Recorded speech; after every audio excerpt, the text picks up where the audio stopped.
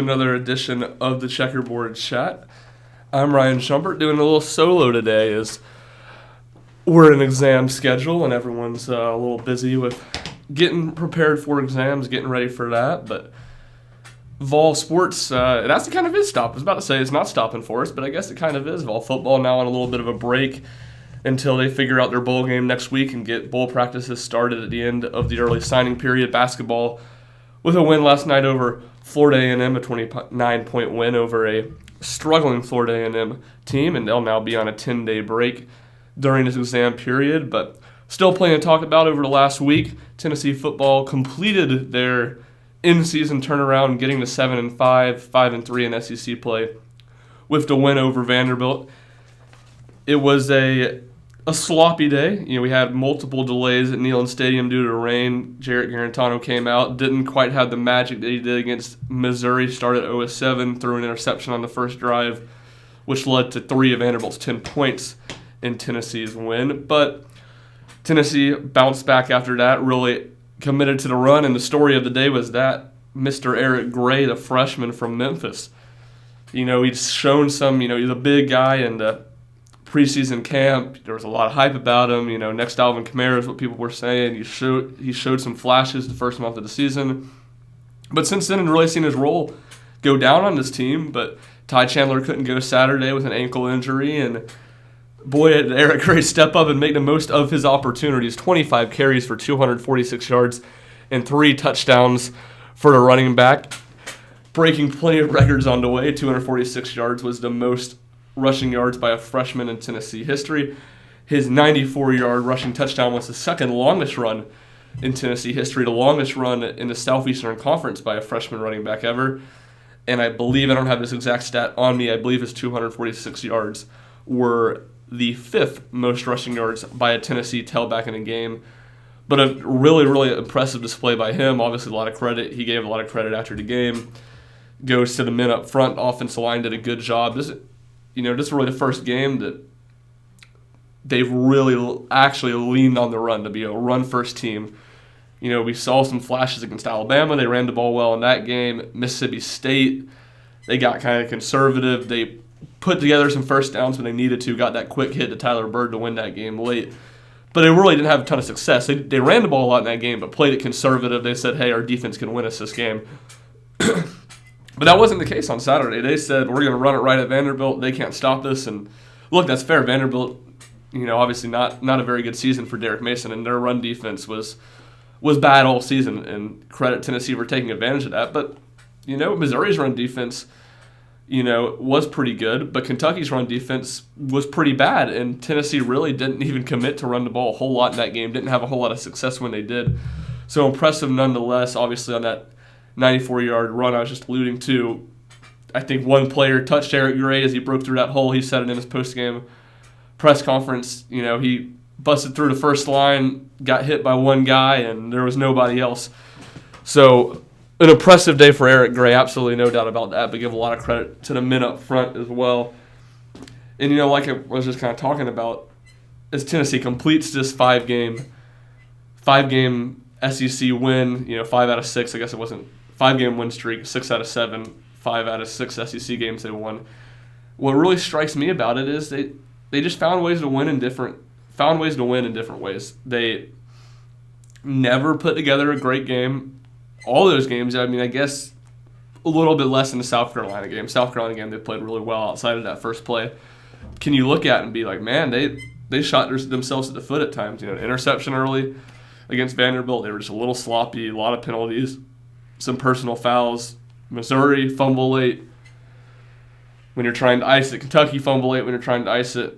Blocked field goals against Missouri, blocked punt against Kentucky. They've really been resilient in finding ways to win. And I think that says a lot. Obviously, I don't think anyone's trying to crown Tennessee for what they did. It was not a ton of great teams they played there in the second half of the season. But that's a lot of, not many people expected them to win those games. And I think you have to tip your cap to Jeremy Pruitt and what his staff's able to do, and especially the way that they just found ways to win. They didn't really play excellent in any of those games, and Pruitt said it after Missouri. That's one of the hardest things about building a program is building a winning culture and a team that finds ways to win, and that's what they did. And, pivoting over to the defensive side of the ball, I think that's what, there's a lot of great stories on the offensive side. Trey Smith battling back from blood clots, Jarrett Garantano's, really bad first half of the season to turn it around, lead this team as a starter, says he's coming back next year. Juwan Jennings' redemption story, which we'll get a little bit more to some Juwan Jennings news a little bit later in the podcast. But it's been this defense that's just been consistent. In the 5 SEC wins this year, Tennessee gave up 10 points to Mississippi State, 21 to South Carolina, 7 of which came on that first play of the game, 13 to Kentucky, 20 to Missouri, and 10 to Vanderbilt. That's 74 points combined in those 5 games. Last season, when Tennessee was sitting 5-5 with their last 2 games, they had Missouri, they had Kentucky, they had Missouri, they had Vanderbilt. They needed one of them to get to a bowl, and as we know, got beat pretty handily in both those games. They gave up 88 points in just those 2 games. 88 points. That is 14 more points in those 2 games than Tennessee gave up in their 5 SEC wins this season, most of which came in the latter half of the schedule. And it's pretty remarkable to look at the way that this defense has made jumps throughout the season. Gave up 38 points in that Georgia State game, and I think it shows how much, up front, your front 7 means in college football and football in general. That defensive line looked pretty dreadful earlier in the season, and there was nobody that had played significant minutes. The only returner was Emmett Gooden, junior college transfer from 2 seasons ago, and he'd been pretty good in 2018, but got injured before the season started. He missed the whole time, and you look around, you're saying, who's going to be able to make plays? Can they just find a way to be okay up front on defense? And early in the season, they didn't look like they were going to, but man, those guys turned it around. Daryl Middleton, Greg Emerson, Aubrey Solomon, Latrell Bumpus, and it was by committee. So many different guys came in and played high-level football, or at least solid-level football for Tennessee, and then you add the centerpiece of the defense, Daniel Batuli, missed those first 2 games of the season, Georgia State, BYU, and you saw in that Georgia State game, Tennessee looked out of place at times, and as good as Henry To'oTo'o has been this season as a true freshman starting at inside linebacker, I think he was confused a little bit in that Georgia State game at times. And man, when Daniel Batuli's been back, he's been pretty impressive. And I know he's not great against the pass, and his stats aren't going to be up there with the top defensive players in this league, in tackles due to the fact that he missed those games. But I think you look at him play, I'd be hard-pressed to find 6 guys that deserve to make all SEC 1 through 3 teams over him, as good as he's been this season. Very impressive. And I think you just see the jump of Tennessee's defense going from year 1 in the 3-4 Saban, Jeremy Pruitt system to year 2. And there's clearly a better understanding of it. They're getting more reliable play. A lot of those nickel corner blitzes that we didn't see work very well for Tennessee last year worked really well for Tennessee this year. Sean Schamberger had sacks. Delonte Taylor had sacks. Sean Schamberger, man, what a great year he had, kind of under the radar. Had a lot of, a couple run blitzes that he made big plays on third down. One at Kentucky's coming to mind right now before the half. But just really impressive. And another stat to kind of throw at you here, in those 5 games, Tennessee gave up 24 second half points, 7 to Mississippi State, 10 to Missouri, 7 to Vanderbilt, none against USC, South Carolina, and Kentucky. 24 points the second half in their 5 SEC wins this year. Tennessee gave up 24 second half points just in that Missouri game last year. Additionally, 21 points in the Vanderbilt game last year and 18 points in the South Carolina game last year. Those were the 3 games that Tennessee needed to find a way to win one of those to make a bowl game, and the defense really let them down in the second half of all 3 of those games. Now, especially, the offense played pretty well in that South Carolina game. The Missouri and Vanderbilt game, they did not. There was not a whole lot that did not let Tennessee down in those 2 games in the season last year. But very, very impressive turnaround by this defense, by Jeremy Pruitt. And I think, like I said, as many good stories as there are on the offense, and the offense's improvement, I think, is more magnified just because of how much it improved within the year. As dreadful as they were early in the season, a lot of that due to the quarterback play to being, pretty good in the second half of the season. But at the end of the day, I still think it's the defense that's been the anchor for this team and the anchor of this turnaround. So moving forward a little bit and getting into a little bit of bowl talk, Auburn's win over Alabama Saturday, the upset down on the Plains, had people thinking Tennessee may be headed for Tampa in the Outback Bowl, get a little leg up. College Football Playoff Committee comes out with their rankings Tuesday, has the Crimson Tide at 12. That talk fades a little bit as it looks like Alabama will not get a New Year's Six Bowl, which would send the Crimson Tide to Orlando to play in the Citrus Bowl, which would in turn send Auburn to Tampa to play in the Outback Bowl, and then that leaves Tennessee with what would more than likely be a Gator Bowl appearance in Jacksonville on January 2nd. That seems like the most likely scenario if you look at it that way, but don't rule out Music City Bowl. I'm sure they would love to have Tennessee in Nashville December 30th. And Liberty Bowl has been begging for the Vols since 2014 when Butch Jones got him back eligible and actually went to the Gator Bowl down in Jacksonville. So I think it'll be interesting to follow. Obviously, things could change. Alabama could maybe slip into, I don't think they're going to get that Orange Bowl spot. I think that's going to go to Florida, but can maybe slip into a Fiesta Bowl spot. Possibly. That would be an interesting game to watch, as Alabama would probably get Memphis in that one. But more than likely, I think they're going to be headed to the Citrus Bowl, which would mean I believe Tennessee will more than likely go to Gator Bowl. We'll see. Obviously, a lot up in the air as we still have conference championship weekend. Georgia winning could really change all of that. If Georgia wins, I could see Alabama getting into that Fiesta Bowl and Tennessee going to the Outback Bowl. But we'll see what happens there. Some opponents, common opponents we're seeing thrown out there, Indiana, Iowa, Minnesota. Those seem like the more likely ones. Maybe Michigan if they can get into the Outback Bowl. So we'll see. Tennessee will have to be playing in that first in their bowl game without Jawan Jennings for the first half. SEC announced on Wednesday that Jawan Jennings would be suspended for stepping on the face of the head, I guess, of a Vanderbilt player on the sideline late in that game Saturday. Look, I don't think you can prove there was intent. Jennings wasn't looking. I think you watch that play, and it's hard for me to say that there's no way Jennings meant to do it either. Quite frankly, Jennings hit a guy 3 yards, 2 yards, 2 steps out of bounds, drove him into the ground, kind of ripped his helmet off as people pulled him off of him. Was a very aggressive and late, borderline dirty play.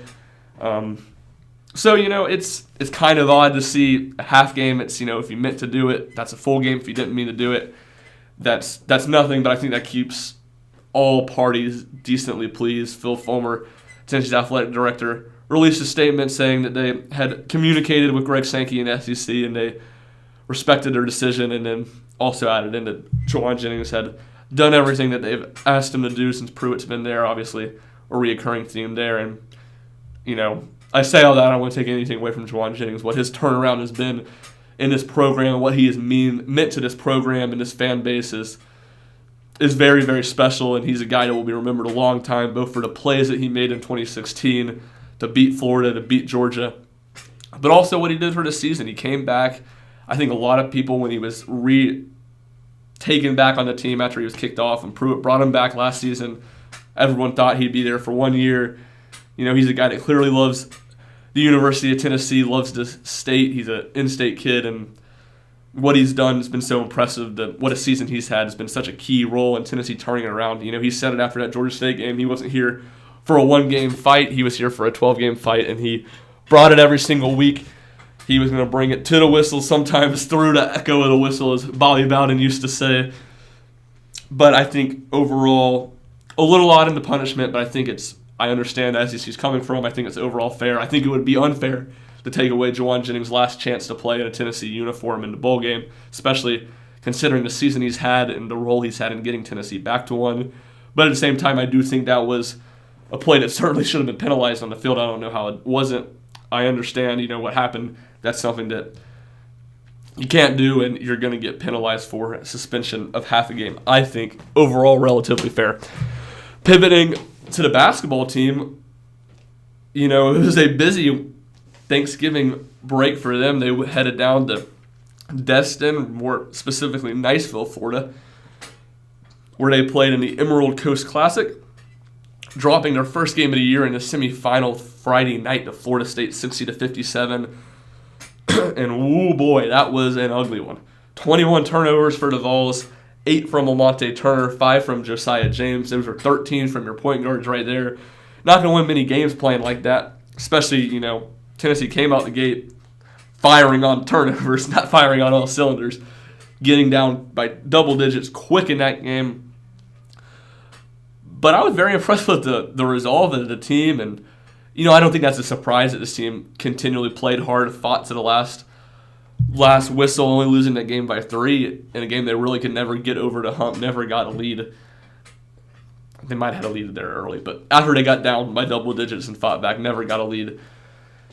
And, I sat there after the game, and my thought process was, man, this Tennessee played very, very bad. And they lost to a good Florida State team that went on to beat Purdue the next day. Purdue, who absolutely destroyed the defending national championship Virginia yesterday. That's a good Florida State team. They're ranked in the top 20.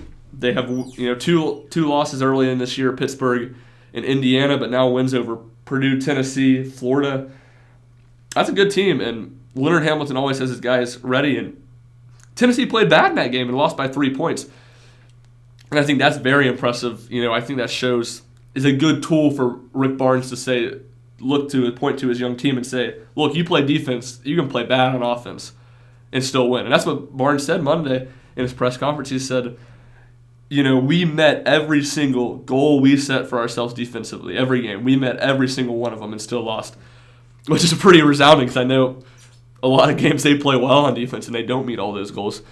But, a tough loss, but they had to come out the next day and they bounced back well. They got an impressive win over Virginia Commonwealth, a team that was number 20 at the time. They've fallen out of the polls this week, but a good win, 72-69. Lamonte Turner, man, he's a big shot hitter. He hits the game winner with 1.9 seconds left.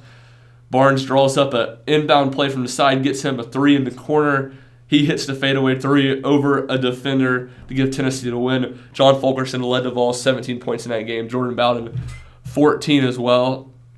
A good bounce-back win for Tennessee, and a win that I think makes that trip a successful one for the Vols. They didn't win the Emerald Coast Classic. They came in third, but Tennessee picked up a second really strong resume win early in the season to go along with their win over Washington. They head up in Canada earlier in November.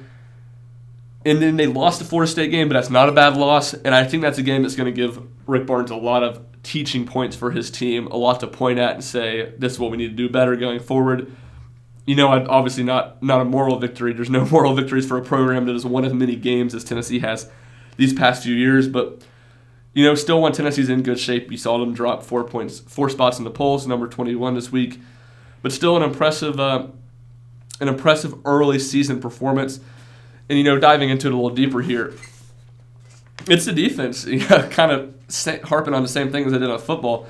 Tennessee currently holding their opponents, 8 games in the season now, 36% from the field, very, very impressive. 31% from three-point lines, but they're holding opponents to. That 69 points they gave up to VCU is the most they've given up in a game this season. To be 8 games in a year, I don't care who you're playing. And Tennessee's played some good teams, played 3 good teams. They beat a Murray State team who's a good mid-major. Chattanooga's, has the potential to have a solid year. To not have given up 70 points yet this far into the season is very impressive. 8 games into the season, very impressive. Says a lot. 63 is actually the second most points they've given up. They've given that up in 3 games now. And it's just, this defense is without a doubt right now the identity of this team. If this Tennessee team is going to make a run in the SEC this year, compete for an SEC championship like they have the past 2 seasons, I think they're going to have to lean on their defense. And then they showed a potential to completely do it. I think the one thing you have to wonder is, can they hold up night in and night out inside against good interior scorers? They did it against Washington, and I think they certainly have the capability to. Fulkerson's a good defender. Pons is what Yves Pons can do. There are not many people like him in college basketball. The way he can guard so many spots on the floor, he's proven to be a good interior defender as well. But I wonder if some guys get in foul troubles, which happens frequently on the road in the SEC, as inconsistent as the whistles are in college basketball. Can they hold up when they have to lean on some other guys to play down low? I think that's going to be the biggest question for this defense going forward, but they've been very impressive, hold 3 opponents into the 40s. And it's just been a strong start to this season for Tennessee. You watch them play, and they really don't wow you in a whole lot of what they do. I think it's because some of the offensive numbers don't stand out too much. They haven't been super strong on that end of the floor. But they just bring their, the quote Conzo Martin, they bring their hard hat every single day to work on the defensive end. They don't give up anything easy. And that's what I said here on the podcast a few weeks ago when we were talking about the Zach Kent departure and not getting Euros Plavsic eligible. I wasn't panicking on what this Tennessee had on the interior. It still is worrisome. There's not much depth.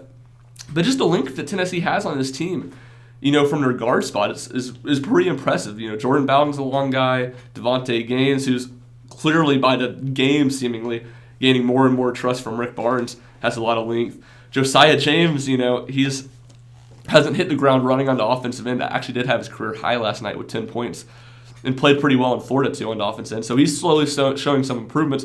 But he leads his team in rebounding right now. He's a strong physical guy. He can play some four when they need to. And, that's what's been impressive, too, about Tennessee and their lack of size is the rebounding.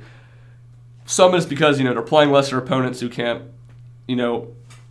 match them size, aren't taking advantage of Tennessee's lack of size necessarily. And Tennessee's playing better defense, getting more chances for rebounds, but out-rebounding opponents 317 to 249 so far this season. That comes out to 8.5 a game is the positive rebounding margin.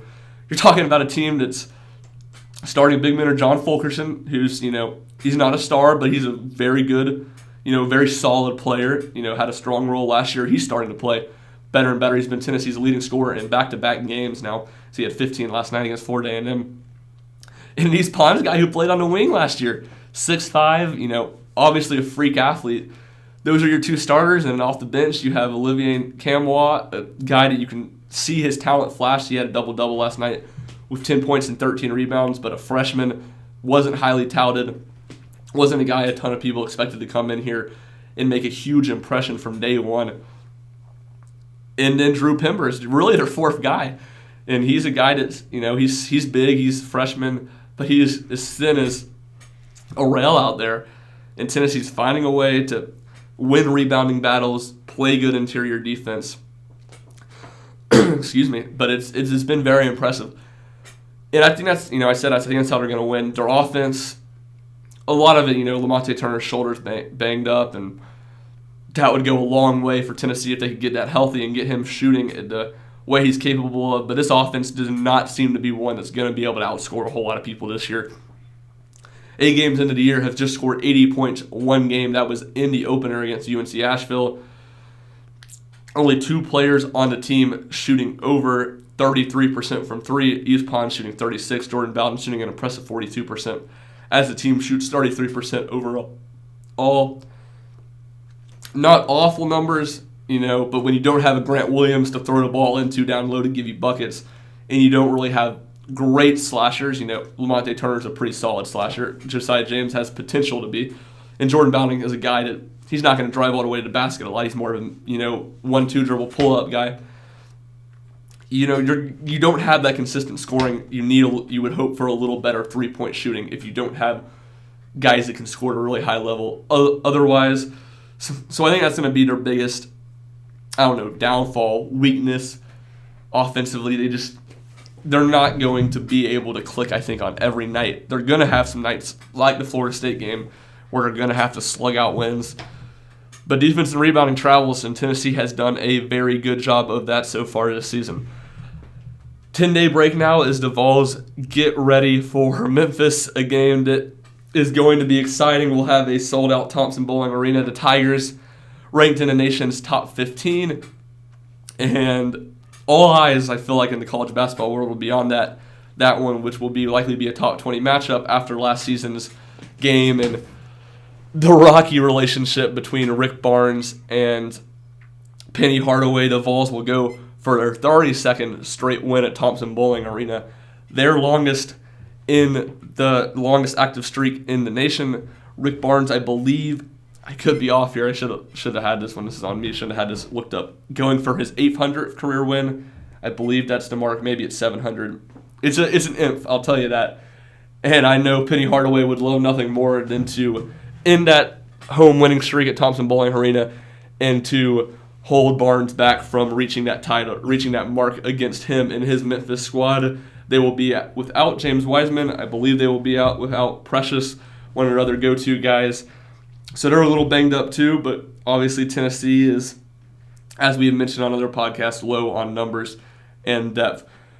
So that'll be about all for this edition of the Checkerboard Chat. Thank you for listening to me ramble here for 25 minutes. We will be back next week. We will talk a little bit of recruiting next week as we get closer and closer to that early signing period. A big decision coming for Omari Thomas, possibly before we record again, as the Briar Crest High School standout will choose between Tennessee, Auburn, Texas A&M, and Florida early next week. Big one the Vols need, big one that the Vols want there. We'll have full coverage of that. We'll have full coverage of Tennessee's bowl game and bowl wherever they end up going. We'll figure out this Sunday. We'll have full coverage of Tennessee basketball and a little Tennessee baseball article out today on Thursday, a Vols and the Pros update, as Matthew Shaver for us took a look at the 6 players drafted in this last MLB draft from Tennessee and how they have fared in their first professional season. Good stuff there from Matthew. Thank you for joining me. Have a good day, everybody.